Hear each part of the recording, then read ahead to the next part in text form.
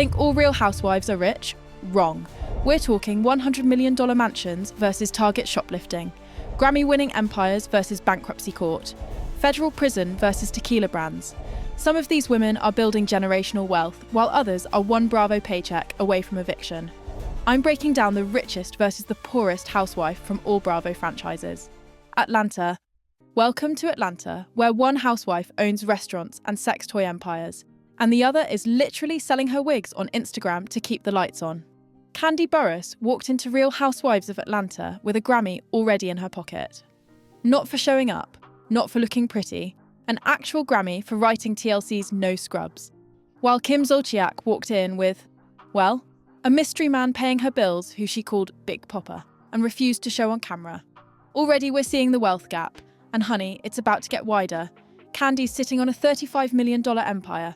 She makes $450,000 per season of RHOA alone, but that's just her fun money. This woman owns old lady gang restaurants, 3 locations that she opened in 1 year. She's got Bedroom Kandi, a whole sex toy company, because why not monetize pleasure? She told Time magazine that when Escape got their first hit, all her bandmates ran out and bought Mercedes. Kandi, she waited until she saw $100,000 in her bank account before spending a single dollar. That's the difference between wealth and the appearance of wealth. Meanwhile, Kim's net worth is said to be around $200,000. And here's where it gets absolutely wild. Kim was making $600,000 per season on RHOA and $80,000 per episode on Don't Be Tardy. Her husband Croy made $14 million during his NFL career. So where did it all go? Let's talk about Kim's specialty. Living rich while going broke. Court documents revealed she dropped over $600,000 at luxury stores like Chanel, Versace and Saks between 2016 and 2023, while her family was drowning in debt.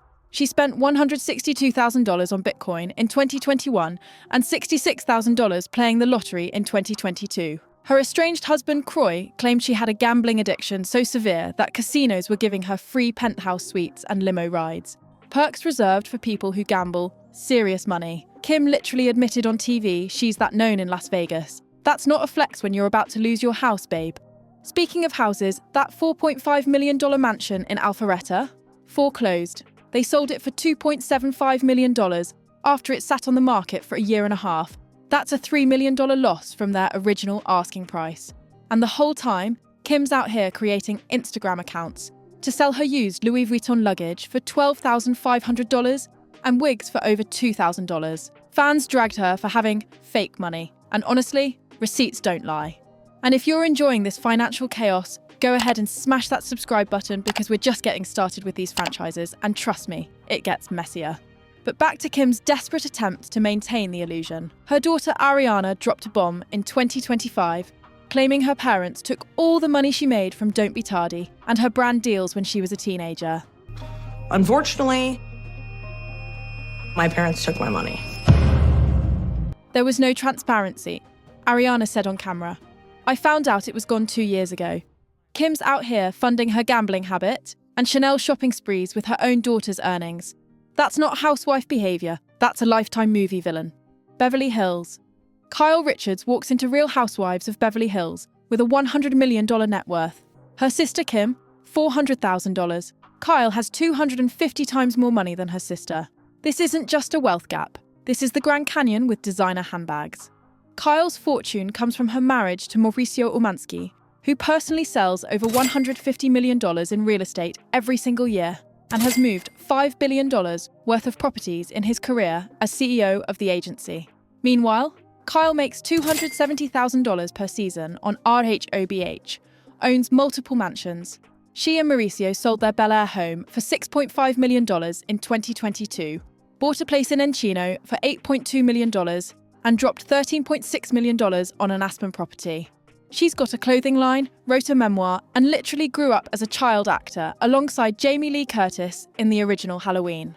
Kyle built her wealth through smart marriages, savvy real estate investments, and strategic business moves. Kim Richards, on the other hand, makes $100,000 per season when she's even on the show. She was a Disney child star, starred in Escape to Witch Mountain, worked steadily through the 70s and 80s. She should have been set for life. But here's where it gets messy. Kim's fiancé was murdered in 1991, right in front of a deli while on the phone with her. She spiraled. Multiple divorces, addiction struggles, and zero financial planning turned a promising career into a cautionary tale. By 2015, Kim was getting arrested for public intoxication at the Beverly Hills Hotel and shoplifting from Target. Target, a woman who grew up in Beverly Hills and whose nieces are Paris, and Kathy Hilton was stealing from Target. She was sentenced to 300 hours of community service, 3 years probation, and 52 AA meetings. That same year, another arrest for public intoxication, another 52 AA classes, another 30 days of community labour. The most tragic part? Kyle has been essentially bankrolling Kim's entire life along with Kathy Hilton. Sources told People that Kyle takes care of Kim and essentially bankrolls Kim's life, but never knows where the line goes between helping and enabling. That's code for Kim's living off her sister's money while pretending she's still Beverly Hills royalty. The family feud got so toxic that in September 2024, Kim showed up at Kyle's house incoherent after Kyle had cut her off to try to force her into sobriety. Police were called. Kyle told them Kim had relapsed after 9 years of sobriety and the family had to distance themselves. But when cops said Kyle would need to file a lawsuit to evict Kim, Kyle didn't do it. Because that's what happens when you're the rich sister. You keep enabling because it's easier than watching your sibling self-destruct publicly. Orange County. Heather Dubrow has $80 million. Lynn Curtin has $150,000. Honestly, Lynn's net worth might be the most generous estimate ever because this woman claimed to have less than $100 to her name in divorce paperwork. Heather, fancy pants. Dubrow didn't just marry a plastic surgeon, she married the plastic surgeon. Her husband Terry Dubrow is the face of E's hit show, Botched, has been repairing failed cosmetic surgeries since 2014, and has built a medical empire that accounts for the majority of their $80 million fortune. But Heather's no trophy wife sitting around counting Terry's money. This woman has hustled. Before Real Housewives, Heather had an acting career, starring in CBS's That's Life from 2000 to 2002, and appearing in shows like Married with Children and Hawaii 5-0. She was Miss Greater Syracuse in 1989, toured as a lead singer for 4 years, opening for Manhattan Transfer and Dana Carvey, and even performed at Disneyland's Golden Horseshoe Jamboree. When she joined RHOBH in 2012, she brought her buttoned-up personality and lavish lifestyle, earning the nickname Fancy Pants from her castmates. Heather and Terry co-authored The Dubrow Diet and The Dubrow Keto Fusion Diet. They co-founded Consult Bootle, a skincare line that's been thriving for 15 years. Heather has her own podcast, Heather Dubrow's World, a YouTube channel called Heather's Closet, and a champagne brand called Colette. She's on Podcast One, she appeared at SXSW, she's substitute hosted Good Day LA. This woman monetizes everything. The Dubrows treat real estate like a monopoly board where they always land on Boardwalk. They've also got property in Idaho. This is what $80 million looks like. Multiple mansions, million-dollar flips, and the ability to drop $14 million on an apartment with 2 bedrooms, because why not? Now let's talk about Lynn Curtin, the woman who joined RHOC in Season 4 in 2008 and became the poster child for financial delusion. Lynn was married to Frank Curtin, whose construction business was destroyed by the 2008 recession. While the economy collapsed, Lynn was on reality TV launching a jewelry line called Cuff Love and acting like everything was fine. Spoiler alert, nothing was fine. Lynn's most iconic RHOC moment. Her daughter, Raquel, answering the door to an eviction notice while cameras were rolling. I'm here to serve an eviction notice. You've been served. Your mom and dad has been served. That scene went down in Real Housewives history. But here's the kicker, that wasn't their first eviction. By February 2010, Lynn and Frank had been evicted 4 times. 4. And Frank hadn't worked in several years because his construction business died with the housing bubble. But wait, it gets worse. Lynn and Frank owed $1.26 million to a former real estate investor who sued them for failing to repay money he lent them for projects that never materialised. When they didn't show up to court, the judge issued bench warrants for both of them with $500 bail each. They appeared in court under threat of arrest. Everyone thinks because of the show we're gazillionaires, Lynn said after coming out of a closed-door court session. When the economy turned, we lost all of our money in real estate investments. Frank added, "We've been trying to get back on our feet ever since.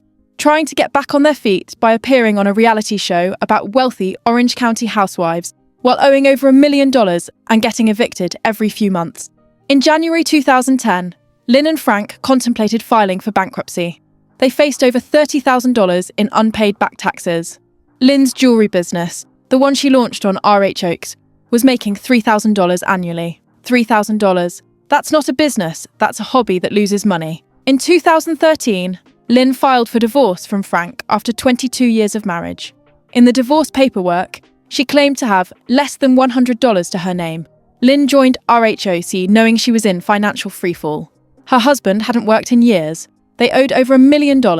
They were facing eviction. And what did Lynn do? She got a facelift while her daughter got a nose job, all while behind, on rent and facing eviction. Heather left RHOBH after season 11 following explosive drama with Kelly Dodd, then returned years later because she felt like it. Lynn lasted 2 seasons, 4 and 5, and never came back because the show literally documented her financial destruction in real time. New Jersey. Welcome to New Jersey, where one housewife turns Home Depot buckets into a $26 million empire, and the other turns a $3.5 million divorce settlement into Chapter 7 bankruptcy. But the real tea?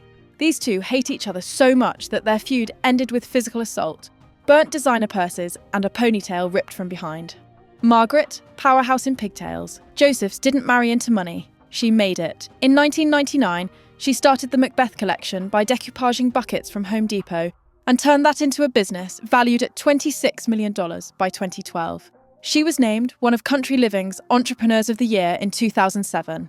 A full decade before she ever stepped foot on RHONY. When someone told her a clipboard wouldn't sell, she went out and sold 25,000 of them that year out of pure spite. That's not housewife energy, that's CEO energy. Margaret makes an estimated $800,000 per season on RHONY, owns a $1.8 million mansion that she fully renovated to look like a rock and roll hotel, launched a mocktail brand called Soirée, wrote a book, and runs a podcast. She's on Cameo with her husband Joe, charging $199 per video. This woman monetizes everything. But here's where the Margaret story gets interesting. She's been sued. A lot. Capital One sued her for $12,172 in missed payments. She was sued for $3,568 in unpaid legal bills. In 2022, she owed $180,000 in unpaid settlements from a foreclosure lawsuit. In 2023, she was sued for $20,000 over unpaid accounting services and reportedly settled by casually Venmoing the accountant $2,000 like it was lunch money. Her mansion? It went into foreclosure before she settled the debt. Margaret's out here living large while juggling lawsuits like it's a side hustle. And then there's Danielle Staub, the OG RHONY villain who turned $3.5 million into $200,000 faster than Teresa Giudice can flip a table. Danielle married multi-millionaire Thomas Staub in 1993 and was worth $3.5 million when they divorced in 2007. But here's the catch. The divorce settlement left her with nothing except child support. No house, no assets, just alimony checks and the memory of being rich. By 2012, Danielle filed for Chapter 7 bankruptcy with $1.9 million in debt. She claimed she only made $63,791 that year, $50,000 from VH1's Famous Food, and the rest from some random celebrity booking service. She owed $111,161 to the IRS, $70,000 in township taxes, and $16,000 to the state. She had a $7,270 Nordstrom bill she couldn't pay. This woman was shopping at Nordstrom while drowning in nearly $2 million of debt. That's not aspirational, that's delusional. You know you've really hit rock bottom when you miss 75 mortgage payments. Her 10,500 square foot mansion in Wayne, New Jersey, the one with 7 bedrooms, a billiard room and a cabana, went into foreclosure. She originally bought it for $1.025 million in 1998 and tried to sell it for $1.495 million, but no one wanted it. The house she lived in during her 3rd marriage to Marty Caffrey.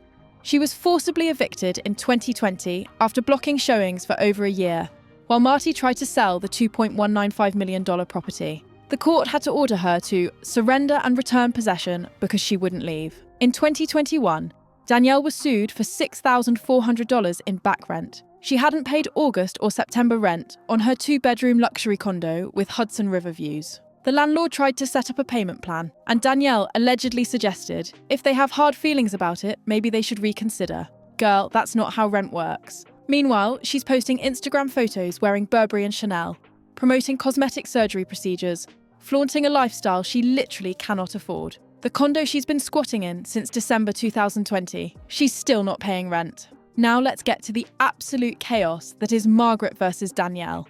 These two went from cordial to physical in the span of a shopping trip.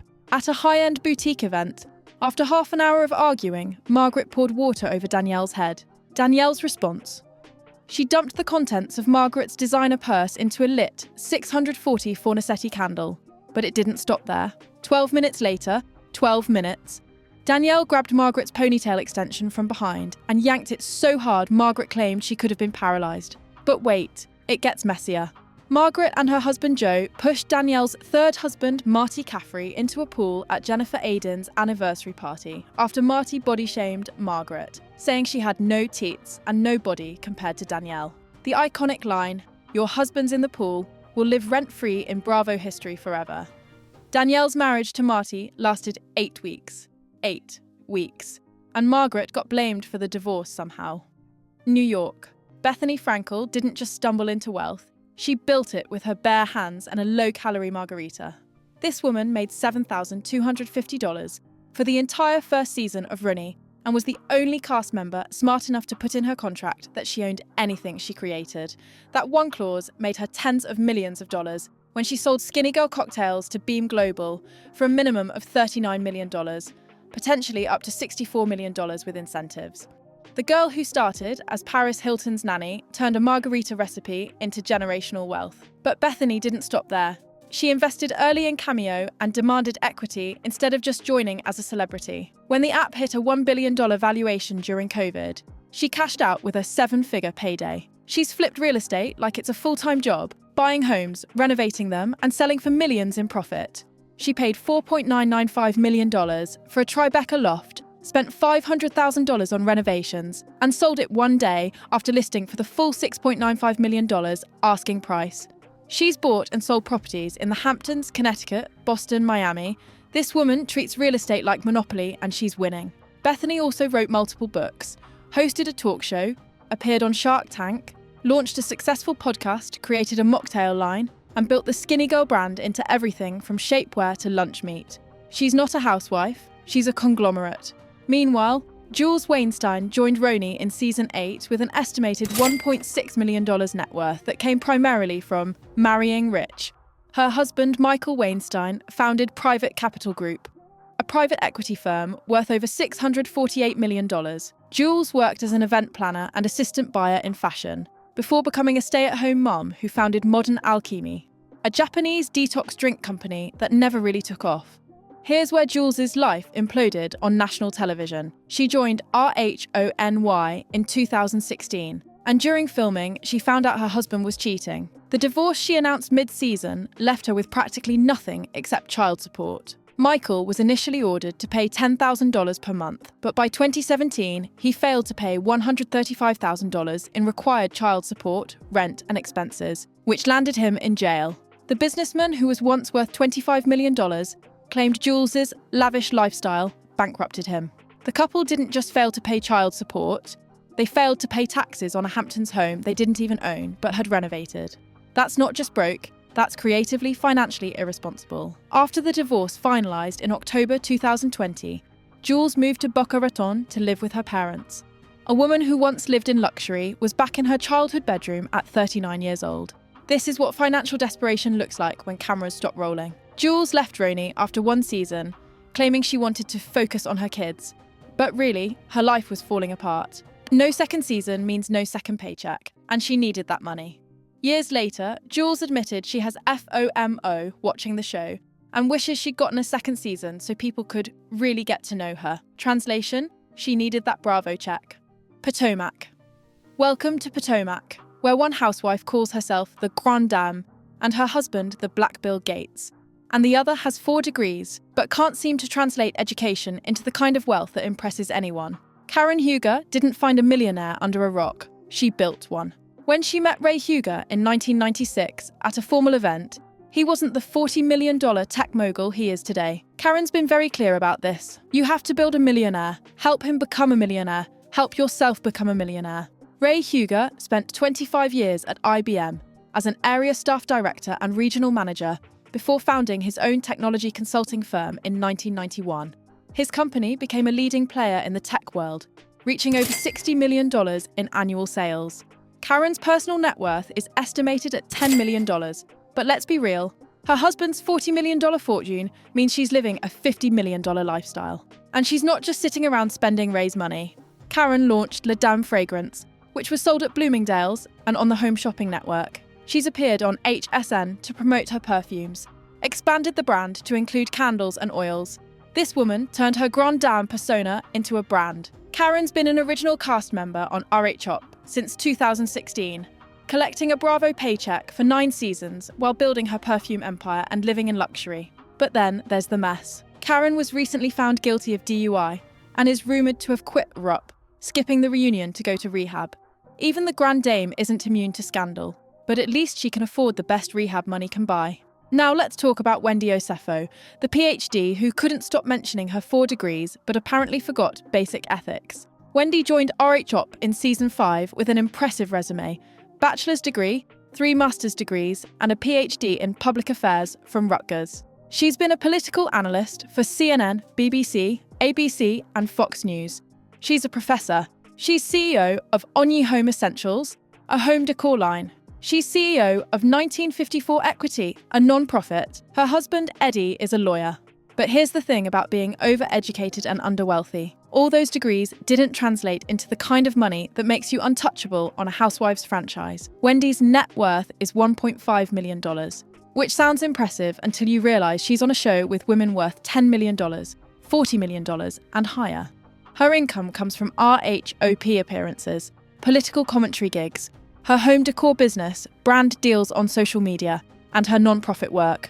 But on October 10th, 2024, Wendy and Eddie Osefo were arrested and booked on fraud charges in Maryland. Wendy faces 16 charges, including 15 counts of fraud. Eddie faces 18 charges, 16 of which allege fraud. 7 of these charges are felonies related to false misleading info fraud, in excess of $300. Here's what happened. In April 2024, while the Osefos were in Jamaica, they reported a burglary at their home. They claimed designer bags and jewellery were missing from their bedroom. They filed an insurance claim. But then Wendy was allegedly seen wearing one of the stolen diamond rings on social media. You can't make this up. An investigation determined that other items they claimed were stolen were actually purchased and returned to their respective stores. And a full refund was provided prior to the alleged burglary. So they bought designer items, returned them for refunds, then claimed those same items were stolen in a burglary to collect insurance money. That's textbook insurance fraud. The state expects such documentation to show a pattern of excessive spending. Supporting motive in this case, the state avers that insurance fraud is a financial crime, and in that, the amount of debt owed by the Osefos, jointly, individually, and by the businesses that they own, is highly relevant to their motive. Salt Lake City. We've reached Salt Lake City, and honestly, this might be the most insane wealth gap yet, because one housewife runs tequila companies and marketing firms, and the other ran a telemarketing fraud scheme that landed her in federal prison. Lisa Barlow didn't just marry into money. She built it alongside her husband. Lisa and her husband co-own Vida Tequila, a brand they launched in 2007 that's become increasingly popular, particularly with women. She also runs Lux Marketing, a successful firm that works with businesses across different industries. She's been collecting Bravo checks while building her business empire. But even Lisa isn't drama-free. In 2024, her businesses, Vida Tequila and Lux Marketing, were named in a $400,000 lawsuit by a man named Bart Carlson, who claims to be a longtime friend. He alleges Lisa borrowed money over the years and hasn't repaid the significant amount owed. So Lisa's out here running businesses, starring on reality TV, and getting sued for $400,000 in unpaid loans. That's housewife energy. And then there's Jen Shah, whose full story is so wild, it got its own Hulu documentary called Housewife and the Shah Shocker. Jen joined RHOSLC in 2020 alongside Lisa, and from day one, she was extra. The over-the-top wealth displays, the designer everything, the assistants, the parties. Jen was performing rich, and it turns out she was funding that lifestyle through a nationwide telemarketing fraud scheme targeting elderly and working-class people. In early 2021, while filming Season 2 of RHOSLC, Jen was arrested on charges of conspiracy to commit wire fraud and money laundering. Federal agents literally showed up during filming and took her away. She initially pled not guilty, but in summer 2022, she finally pled guilty and was sentenced to 6.5 years in federal prison. She began serving her sentence in February 2023 in a minimum security facility in Texas. But here's the kicker. Jen and her co-defendants were ordered to pay their victims $6,746,378 collectively. In May 2023, Manhattan federal prosecutors filed to garnish 25% of her disposable earnings from Shed Media, the company that produces Real Housewives, to pay down restitution. The filings revealed that Shed Media owed Shah $35,500, which represents her salary per episode. So the government was literally taking her reality TV paycheck to repay the people she scammed. Jen was released from prison in December 2025 after serving 33 months. She's still required to serve 5 years of post-release supervision plus drug and alcohol testing. Her net worth is estimated at $300,000, which is basically nothing considering she owes millions in restitution and has to figure out how to rebuild her life as a convicted felon.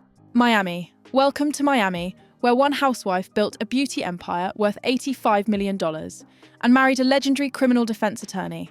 And the other is a dentist facing foreclosure on 2 properties, despite claiming to prove wealthy, intelligent women exist. Leah Black didn't just stumble into wealth, she created it in the 1980s. This woman launched Sudden Youth Skincare in the 80s and eventually developed over 400 products under brands like Leah Black Beauty. By the time most people knew her name, she'd already built a beauty empire that spanned Europe and Latin America. When she noticed the majority of her sales were international, she left Texas and moved to Miami to expand. That's not luck, that's strategic business genius. But Leah's wealth isn't just from beauty products. She married Roy Black in 1994, one of the most prominent criminal defense attorneys in America. Roy died in July 2021 at age 80, leaving Leah a widow with an $85 million empire.